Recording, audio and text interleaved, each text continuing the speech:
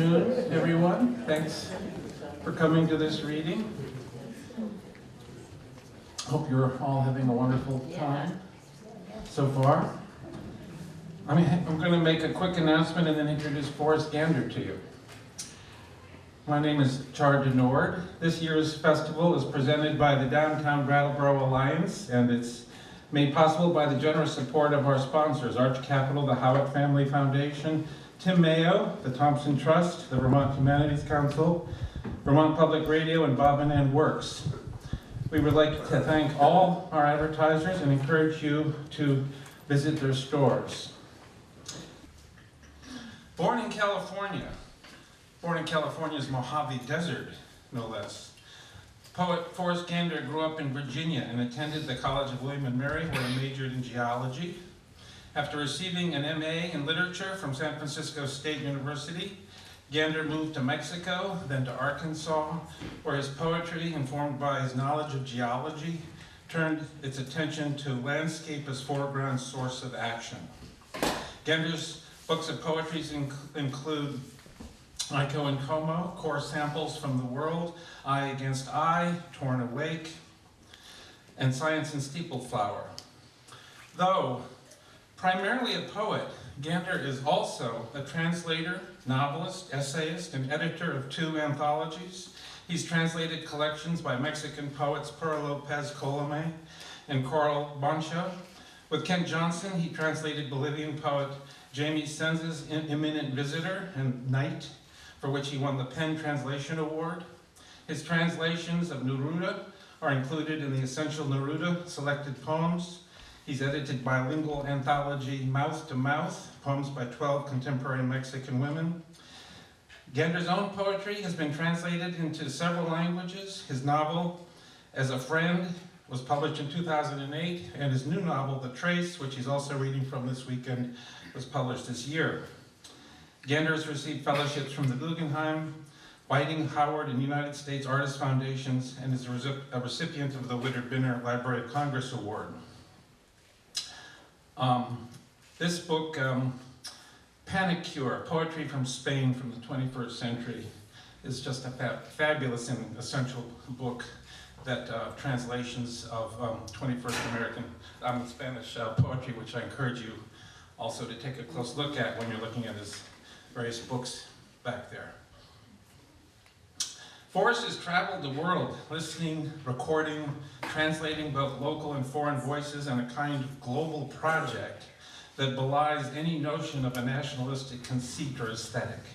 He goes about this universal business with a deep ear and piercing eye, discovering enlightening strangeness and difference in far-flung places, as well as within his own literal borders. What's the news media, he writes in Core Samples from the World, don't want you to know about?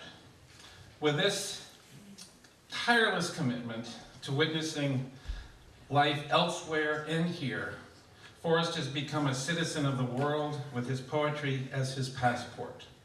We've lived in a synchronic way for over 30 years now, but Forrest shows us time and time again that the cyber leviathan that has mesmerized us with more mind-numbing information than important reminders of our human history has diminished us as citizens and denizens of a wounded planet. Forrest wakes us with poems that are at once operatic and hieratic.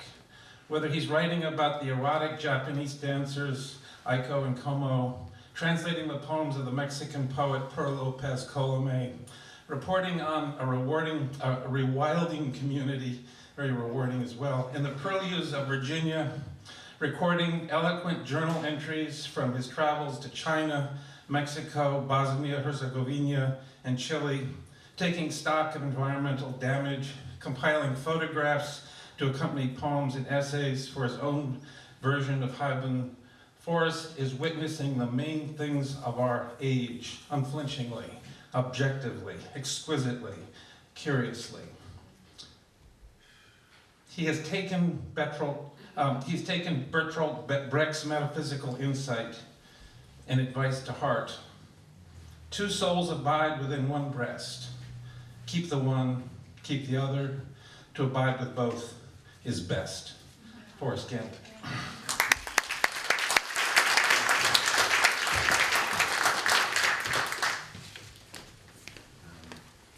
That's the always equanimous and casually, but also profoundly thoughtful Chard De Noird. I'm happy to be reading with Eliza here, and thrilled to be back up here in Vermont. I'm going to read a couple of new things and keep track of the time. I'll read for just 20 minutes, 23 minutes, 17. So it's 1:17 now. What's 20 minutes later? Seriously. What is it? 37. Thank you. That's right. That's 20. So that'll give me 37. The one shuffling cards, you, enveloped by the sound of cards being shuffled. Your shadow is shuffled into 6 shadows at once, and the lights repositioned as part of an elaborate surveillance, like ravens with their feet and beaks tied, hung upside down, peering at you in some overlit underworld. The movement of your face and arms and the eyes and hands of others around the table are like a commotion of birches. The one hiding a card, you, doesn't see the other card hidden like a shadow in the shadow below the 6 of clubs, face up, in the hand that someone spread out across the table when he heard the call come from a collect of shadows. Was that you or a forest of birds calling?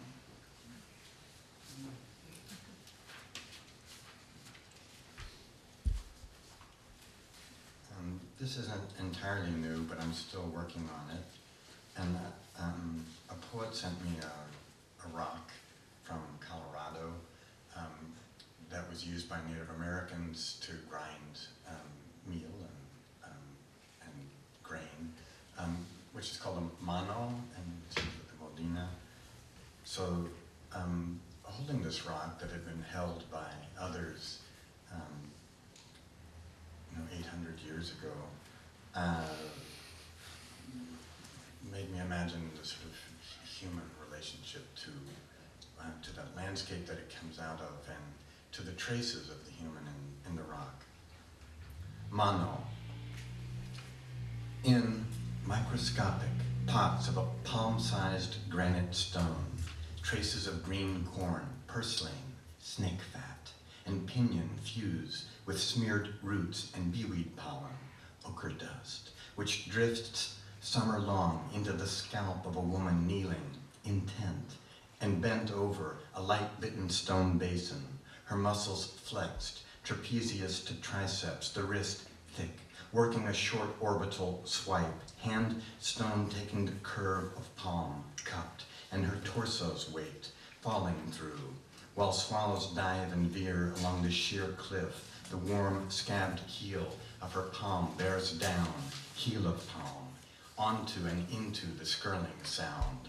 Stone merged with the hand that grinds it wheelwise, the maker breath blown, alive in her tool, lithe, flies fussing and landing, her hair fallen across her eyes, radiant upbeat, leaf-trilled. And into this cadence is inset the slower cadence to which she rocks her baby when he cries, and all the variable tempos of her breath. Her body's measure countless breaths, decibels of fullness, day's utterance, and stress, all this pressed against basalt, vesicles into the stone, into the pocked stone, goes a rabbit hair, brushed from the hand that flensed the hide in late Ilong afternoon, when red ants pour from holes in the rocky soil, ticking across fluff grass, square-headed ants, toward a garden where 3 guardian turkeys peck them, the leaf-eating ants. A minor victory, the garden greens up, registering in the eyes of the woman who scuffs stone on stone in the flood-buckling glare of violence and time that pockets her light in our light, as the pupil narrows in its lens and we bend, kneel almost, in a clearing to pick up and weigh the rock, hawk glide, our hand where millenniums gone her hand had been, who winks out when we come clear. To whom? On a weedy hillside where someone kneels, in the now, even now, beyond our still flow, looking.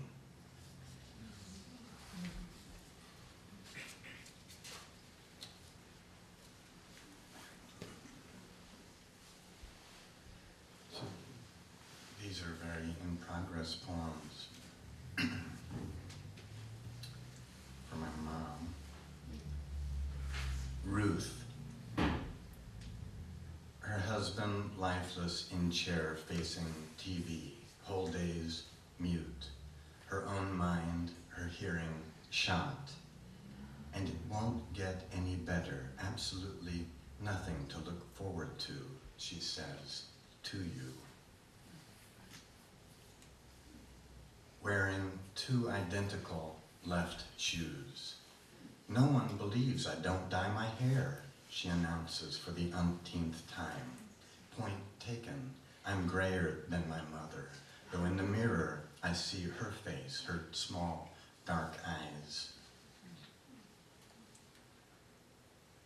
451 miles north, he imagines what could be causing that odd sound behind his mother's voice. She's gone down on the floor, taking the phone in one hand, and with the other, she must be scratching the tumorous dog whose paw convulsively rakes the carpet.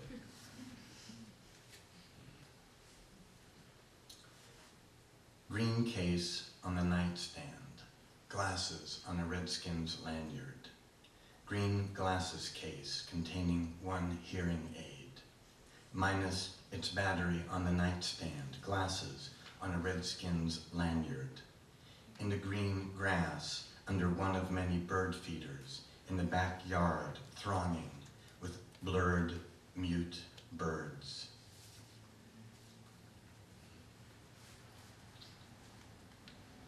Occasional mucuscan chortling or choking and steady beep of the EKG.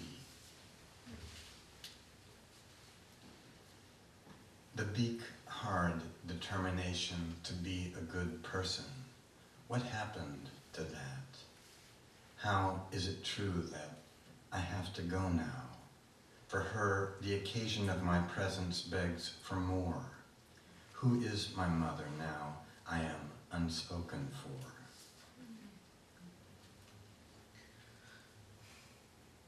And take my mother's hand, walking in her garden, an animal moment of warmth she won't remember after we sit. Voracious starlings ride a swinging cage of suet. That signal enthusiasm in her eyes muddles with torment. Choose whatever you will, and the disease still wins. Like a dark shawl, the shadow of a cloud drags across mountains on the horizon. But maybe I've misread her expression.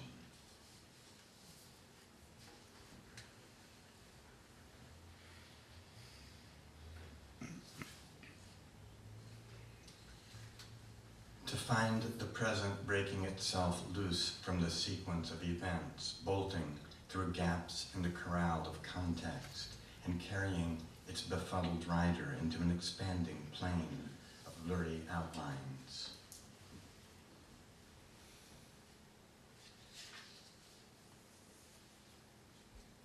To listen to each repetition with renewed attentiveness as if it were the first occasion.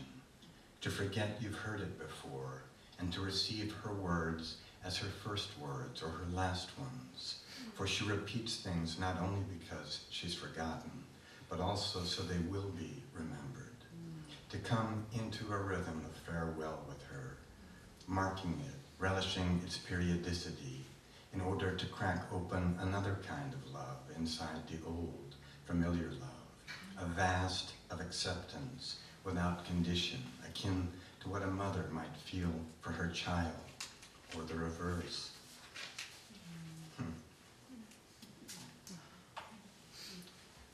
And then Chard mentioned a series of poems that I did, a little book called Echo and Coma.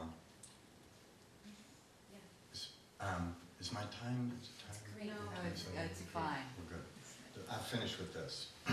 So these are two dancers. Anybody seen them dance? Echo and, great! Wow, that's fantastic. That's a high percentage up here. Lots of people in New York have seen them, and Boston.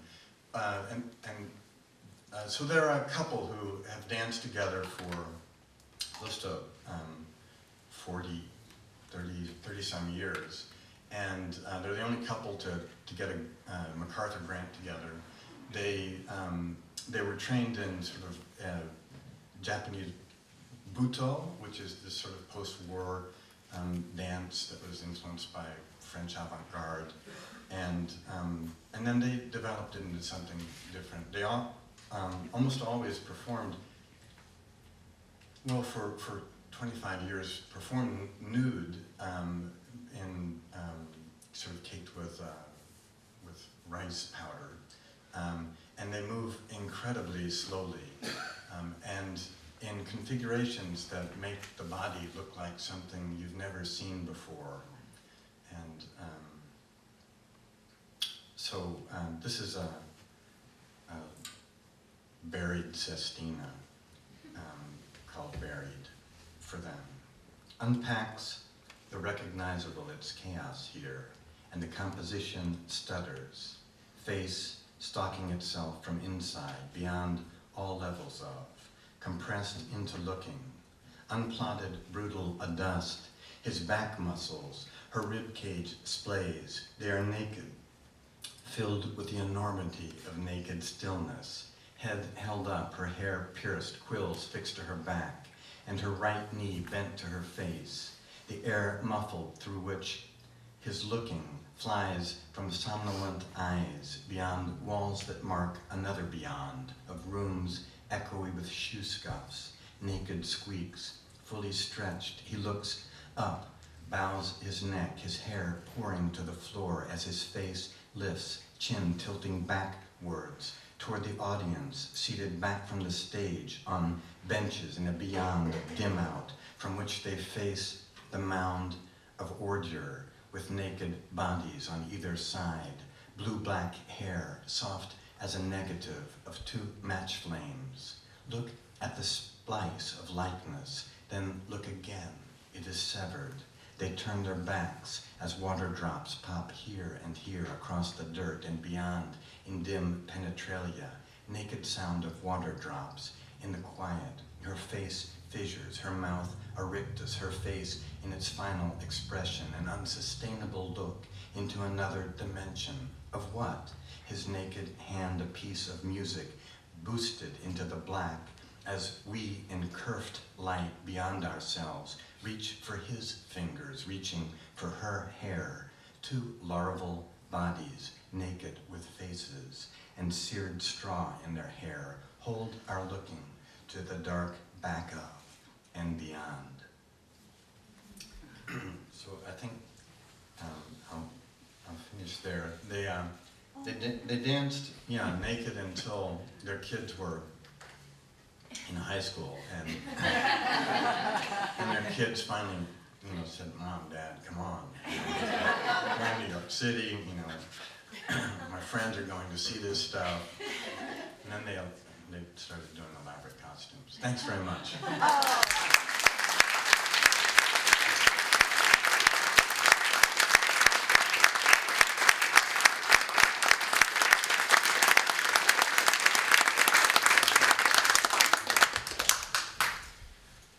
Wow, what a treat. Rachel, Eliza Griffiths, creates art through the lens of the eye, the camera, the heart, and ink. She is a poet, a photographer, and a painter as well, and she's the author of Lighting the Shadow, published this year by Four Ways Books. Miracle, Arrhythmia, The Requited Distance, and a chapbook, Memoria, Memoria. Her collection, Mule and Pear, was selected for the 2012 inaugural Poetry Award by the Black Caucus American Library Association. And she has been a member of the Kamehameha Collective since 2006. Her visual and literary work has been widely published in journals including APR and Callaloo, the Indiana Review, Crab Orchard Review, Rattle, and many, many other publications. And she teaches creative writing at Sarah Lawrence College and lives in New York. Rereading Rachel Eliza Griffiths' poems during the last week has been an incredible gift to me, an opportunity to swim in the lakes and ponds and rivers and seas of poetry. She is part of a long continuum of poets, many of whom she refers to and incorporates in the poems of her new collection, which is truly an extraordinary, extraordinary book, Lighting the Shadows. I almost didn't get here. I could not stop reading it over and over again. I had to pause from time to time because my heart was beating so fast as I was reading it. In the continuum that Rachel Eliza Griffiths is a part of is Muriel Rukeyser and Lucille Clifton, her great-grandmothers of poetry, and Paul Celan, Rilke, T.S. Eliot. And she is part of a continuum of visual artists who she writes about as well, Frida Kahlo, for instance. I was fortunate to meet Rachel Eliza through a tribute honoring Muriel Rukeyser and her centenary. How Muriel would rejoice in Lighting the Shadow.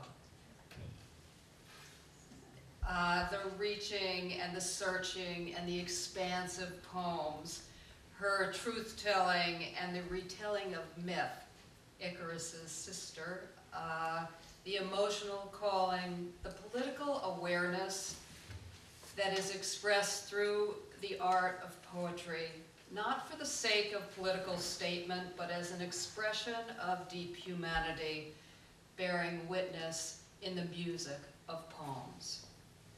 Rukeyser said in The Life of Poetry, the use of truth is its communication. In Rachel Eliza Griffiths' journey through love, through grief, witness, suffering, through the connection of the spirits of the artists and poets that guide her and teach her and keep her company, she arrives at an acceptance of self in this new collection, in the last stanza of the last poem. She has walked through Adrienne Rich's door, feral and flattened by grief, telling of the sister of Icarus, returning to herself like a rune. I greatly look forward to what she will offer us all next, and we are so fortunate to hear her today as part of the Brattleboro Library.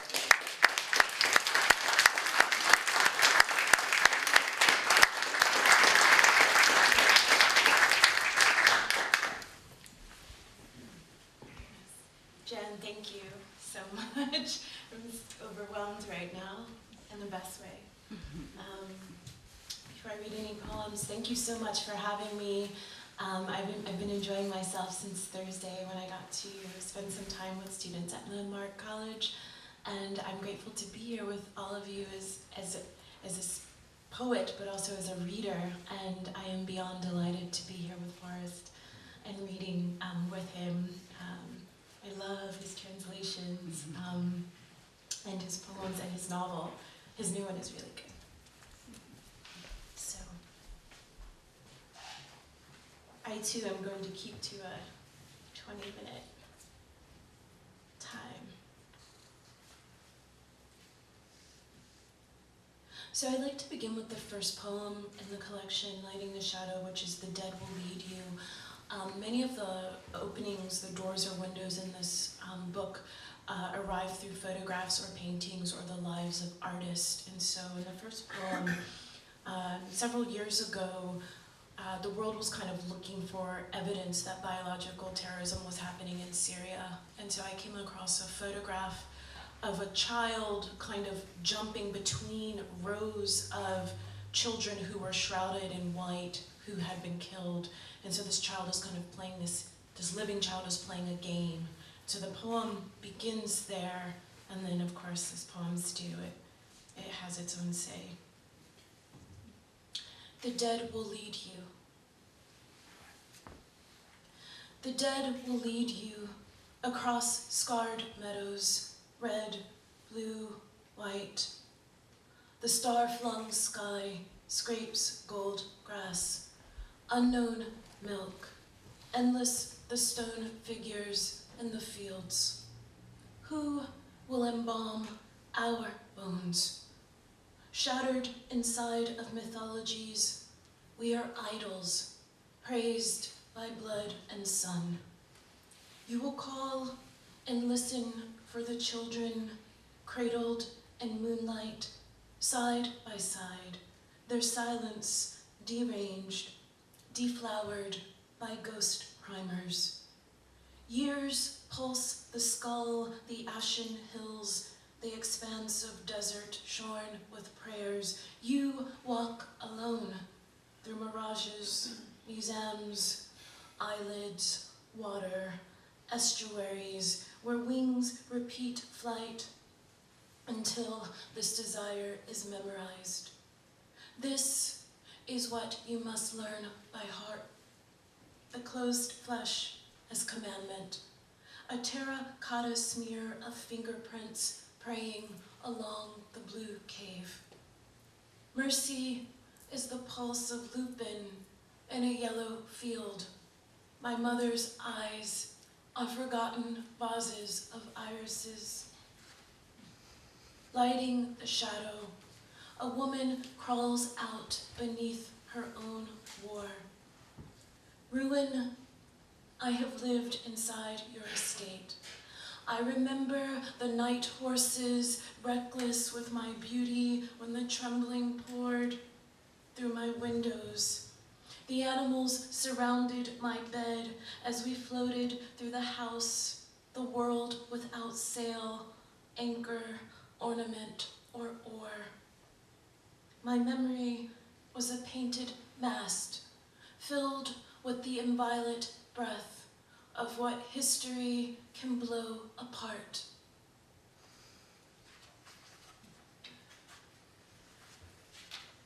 Small prayer to the God of Epiphany. You heard me ask not to be harmed, as if you could or could not be harm itself, undressing that old speech, and so you were the waters, pulling dead weight up. Broken words could float if breath was complicit. You wanted me to unhinge, finger by finger, the place where I held to rock. Leaping from the cliff wasn't as interesting as holding the weight of flesh in winter air. We try to establish what infinity is, what eternity means. It means there is a distinct forever that can be calculated never to arrive. I lifted my hands in the night.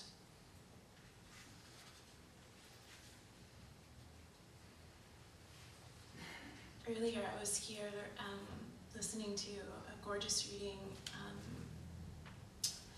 with Vijay, and he said that his book couldn't be dark. It was a dark book, and it made me chuckle because I have a shadow book, and so now there's shadow everywhere on a pretty overcast day. So if I think of a good joke, I'll try to, but I likely won't. This poem is called The Reckoning of Relics, and it has a tiny narrative. I spent a month in Austerlitz, New York at the Malay colony, which is called Steepletop. And I got one of these. I'm constantly interested in kind of the residue of writers, particularly objects and kind of their like stuff.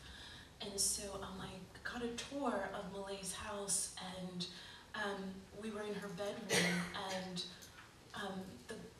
the man who was giving the tour, was showing me these like fabulous clothes and just different things of hers.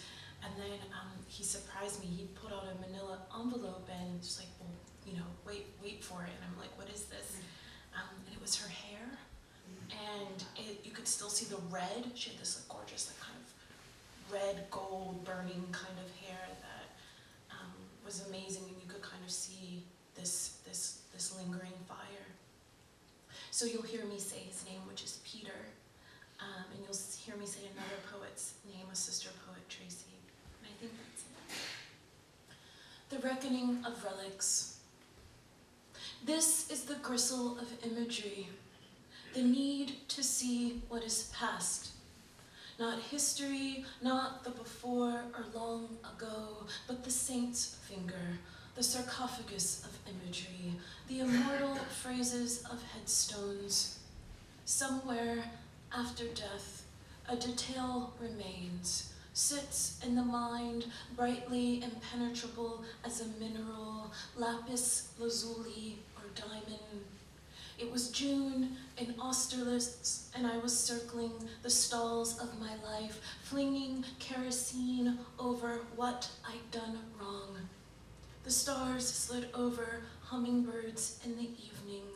Deer neared me, then turned away in the meadow's lumina. Beneath apple trees, I sat and rubbed my hands across the bark of my own skin and the red compass within my ribcage. One afternoon, Peter walked me through Malay's house, asked me to imagine the house, the woman's work, her mass.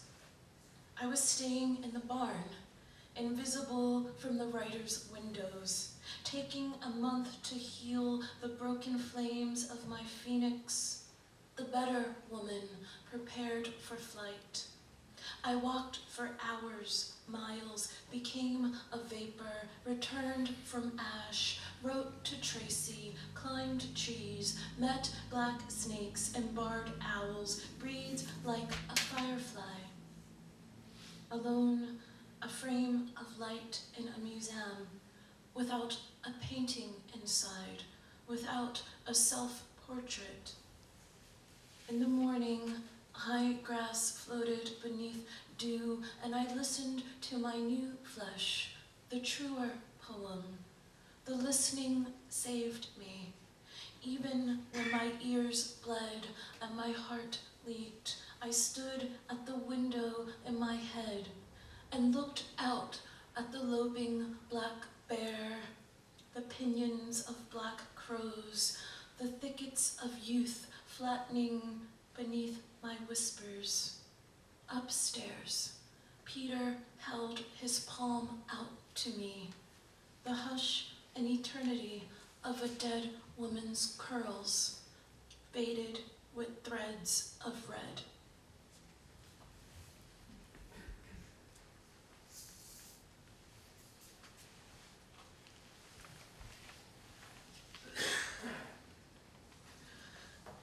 This poem is called Elegy and has an epigraph from Lorca, who's one of my favorite poets.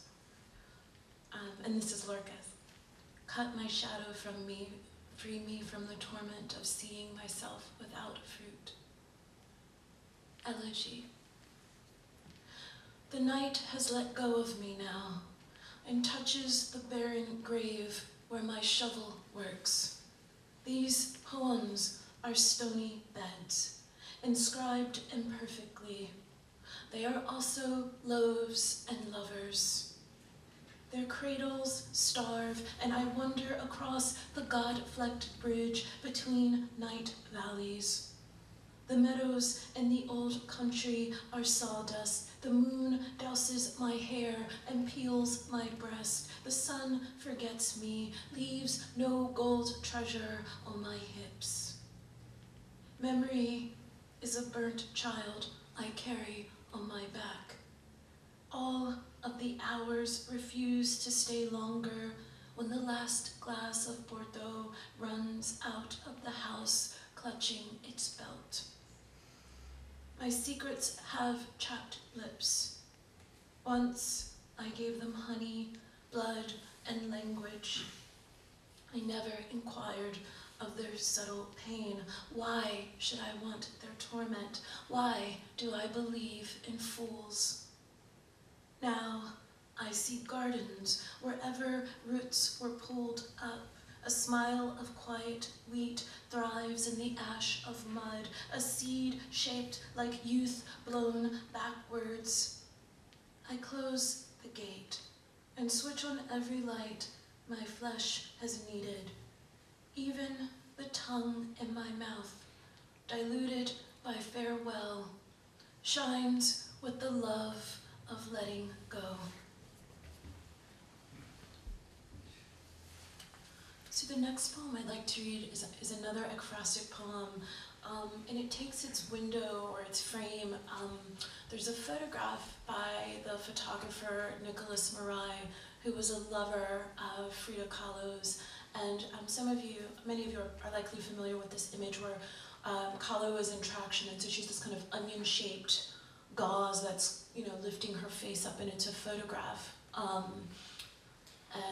Marai took this photograph of her, and as I was working on this book, I started to really investigate actual photographs of Kahlo as opposed to her own paintings, her own work, and ended up going down to Coyoacán for numerous trips because I've been really projecting on her in the way that we continue to kind of project on her and Basquiat. There's certain artists who kind of stayed present, and I'm very fascinated by that. And so I had to kind of go to her kitchen and meet her on her own turf and kind of listen that way, as opposed to the ways I had been trying to access her. If you are in New York and you can go to the New York Botanical Garden, I curated the Poetry Walk, which features the work of Octavio Paz, one of my favorite poets. And so they actually have a small gallery that has some of Kahlo's sketches and watercolors, and a self-portrait of hers. And then they kind of recreated parts of Casa Azul, kind of the gardens, the cacti, the flowering, which she and her father and her family really cultivated there. And so there's an epigram for this poem, which is W.S. Merwin, and it's this: "The lightning has shown me the scars of the future." Self-traction. They pull the woman up in her bed. New bandages clasp her face in white.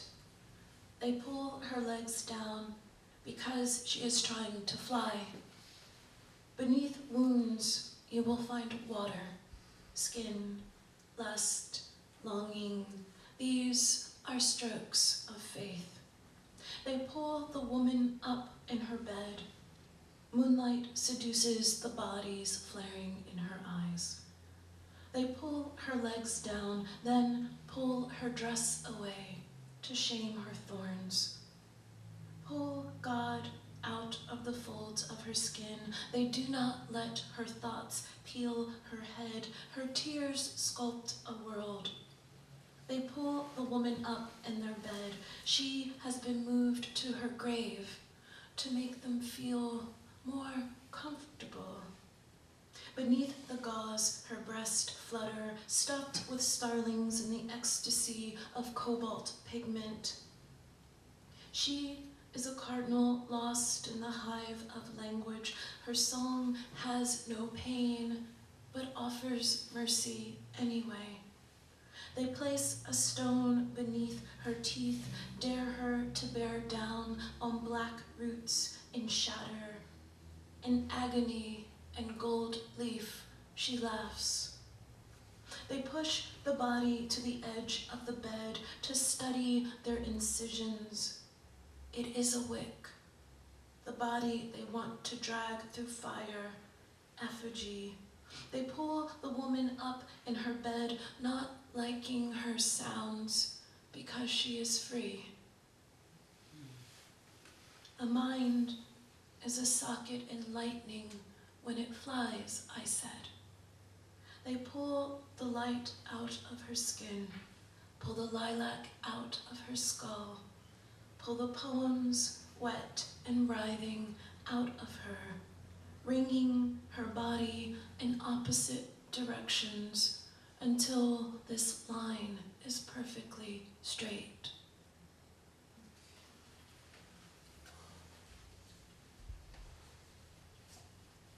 "33 Ages for Solitude." Are you the kind of music that claims life and death? Never anonymous, are you the square of rain or light? Are you the casket or the bed? Are you the maybe and the maybe not? Are you the word I uttered in the dark where you had no border? Oh Lord, will you ever leave the dark? Will you ever tire of your invention? Oh lightness, the sea and creatures who tread the earth. The music I heard when I knelt down in the middle of a dream and begged to stay a dream forever. Speak to me sometimes in your voices of gray. Write the world as a clear chord in this body you blew from mud. Are you the kind of joy that is long? Say that some infinity ago I knew sweetness before I tore it away. Are you tooth, pulling my stray music into your cavity of granite? Say it harder, what I have said to death. Once I loved you.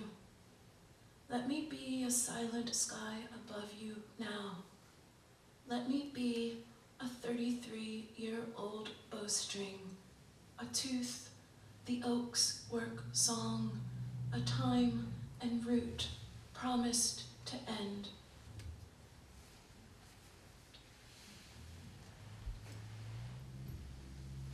How am I on time? Like a few more? Yeah, that's good.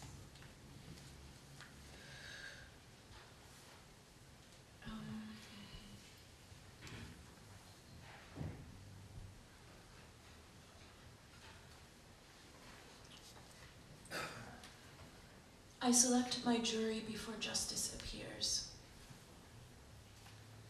You made things up, how you felt, who you were. Beyond the cities and the caves, you sent me to look for your body. You hid yourself, disguised your taste, your voice. In our mouths, you planted longing and hunger. We walk around repeating your hands. We can say who is wrong and who is nothing. We polish the sidewalks with our forgetting, play the lotto, bum noise from the dead, turn our mothers and fathers into stone. We won't abandon the orphans of history or the worship of their shivering. We lift our workhorses and smear our senses with dogma. You made things up, how we felt, and now emptiness is the feeling we trust best. We walk around mourning our germs. You unmade the houses we tended, the unfinished children, the lonely flat TV. There was a chance to shatter. The detour of loving, then dying, too devastating to follow. The gavel, the injury of a cross, and we look up to what? The alchemy of perpetual discontent. To ask for what? And then I'm just going to end with two new poems. I'm going to end with two new poems and gratitude. How's everyone doing? Good. So I was listening so closely. Thank you, Forrest, for the poems you read about your mother. I'm going to read 2 poems about my mother, and it's so interesting. Not interesting, it's so inadequate. There's another word beyond interesting that, thank you. What I can say about this poem, it's called River City, Mississippi, 2015. And I'd been down in Oxford, Mississippi for a photography project I'm working on, and realized that my mother was dying. And so the day I left Oxford, she died the next day in Philadelphia. And so I think that's all I can tell you. And this happened last year. When they say she can no longer speak, the blackbirds in the Oxford cemetery arrive, silent on Faulkner's wires, each consonant of midnight opening a pall of wings against stones where the dead too perch. The appalling bones who have climbed up from the long music of my eyes. Birds fly with no meaning but return. Who is looking back at my face? Who will leave her blood tomorrow for the sun to rust the southern sky in sorrow? The entire month there were storms, beautiful enough to fear. Who told the oaks I was once a woman, a fear, a song? Who gave me sweet sapling to my mother in December 35 years ago? Who struck me, my skin as proof? In twilight, a doe and fawn cross the dead. In hunger, the animals nudge the stones they know by smell. In my dreams, their hunger is a mouth praying for the salt upon my palms. Did I cry? I once asked my mother. Did I make a sound on my own? Or did you wait for them to hit me? I devour the cries of my birth today. They have returned with the news. The woman I knew, me, myself, the eldest daughter, has been left for death and birth at the edge of a void where words are sons I eat like Kronos. In the meadow of dying, I kneel and spin in the unholy water of love's drowning, nearly musical. Each sob cost an angel nothing. Each God tells death to look back at my face. Look at it, the gods say. She is not a woman that can last as these trees or blackbirds. She is no bride, no stone, no goddess. Here in Mississippi, I see and heed every rope, honey, cinder. You know it means the oaks are singing into the dreams of grief-broken prisoners. The moonlight struck my skin last night for proof I have been born at all. My shadow given away chastely by my shadow. A kiss stolen between the earth and underworld. She cannot speak, a nurse says to me on the phone. She cannot tell you anything.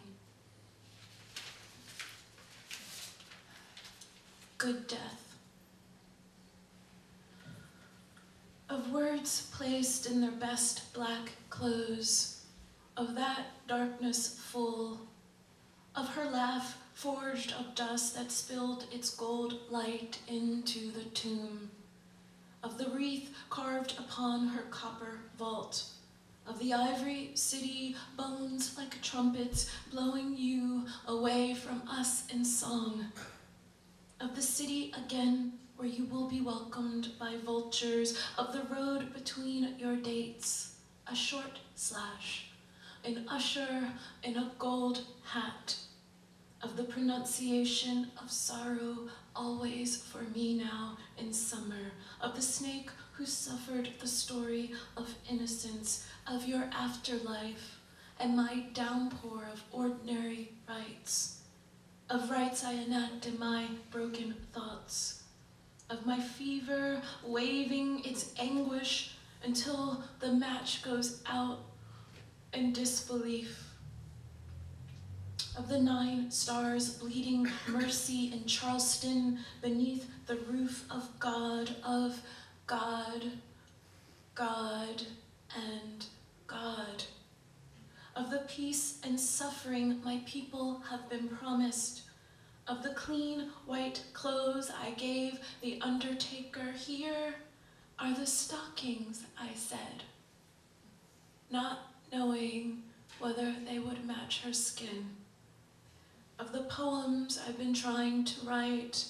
Die, I say, go elsewhere for songs, of the food and the appetite of my father's shoulders in a black suit, of downpour again, of the animals who charge me with horns when I offer my pentameter of ribs, of her visitations, of her hot comb I cradled on my knees in the bathroom, of the brutal gospel of hair, untouched toothbrush, clothes in closets with sales tags, of dreams where my teeth scatter like maple leaves, of what I will never remember, of the rain that makes my howls float like empty bottles of glass, of the dreams where my white clothes grow flames, of what I will remember remembering, of the neon-colored nail polish on her hand I held at her deathbed.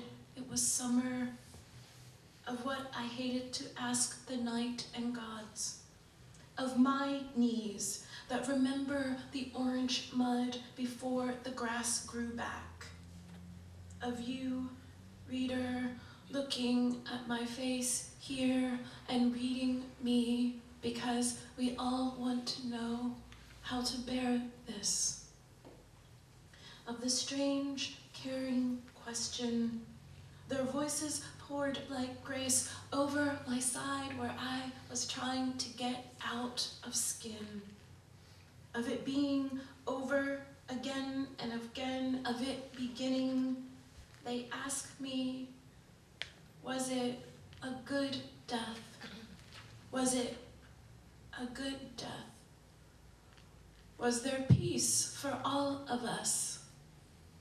Why should I want peace instead of my mother, of the mothers who have always known while holding children in their wombs? Why wasn't I told? Now I walk into the sea with my jewel of anguish and shake these human flowers from my new bald skull. Thank you.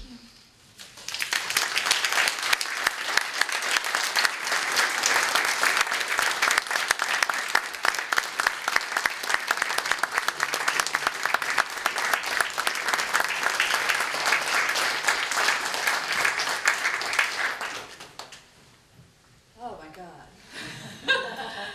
Thank you. Forrest, thank you. I'm gonna go out now and like maybe run around the block a couple times. It was really amazing. Thank you. The authors will sign their books, and the lady back there will sell you their books, and we'll have another reading in 25 minutes.